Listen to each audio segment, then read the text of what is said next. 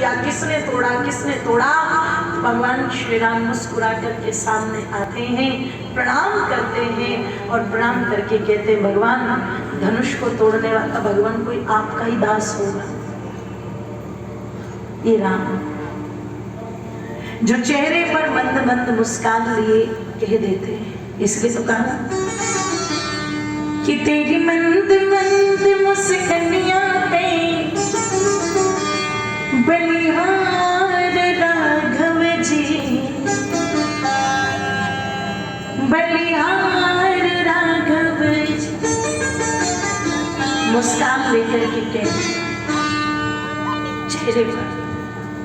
ओ मेरी माताओं कहते हैं, परशुराम जी जो बड़े क्रोध में थे, जमदग्नि के पुत्र, बड़े बलवान, और लोग परशुराम जी पर एक आक्षेप लगाते हैं कि उन्होंने इतनी बार क्षत्रियों से धरती को हीन कर दिया। तो मैं कहना चाहूंगी, किसी भी ग्रंथ को बड़ी बारीकी से पढ़ा कर। उन्होंने धरती को क्षत्रियों से विहीन नहीं किया था, उन पापियों से विहीन किया था जो अपने बल का दुरुपयोग करते थे।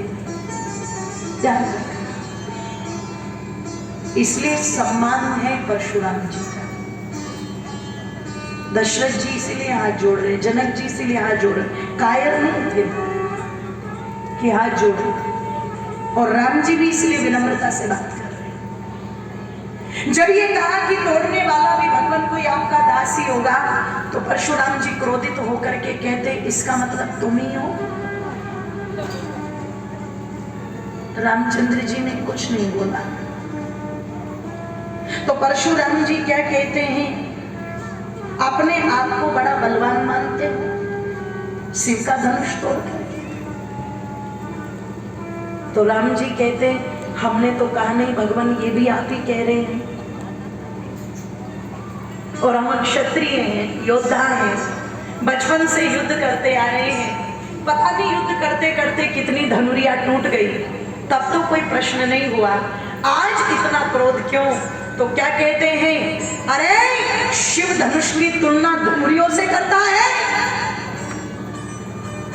वो शिव धनुष था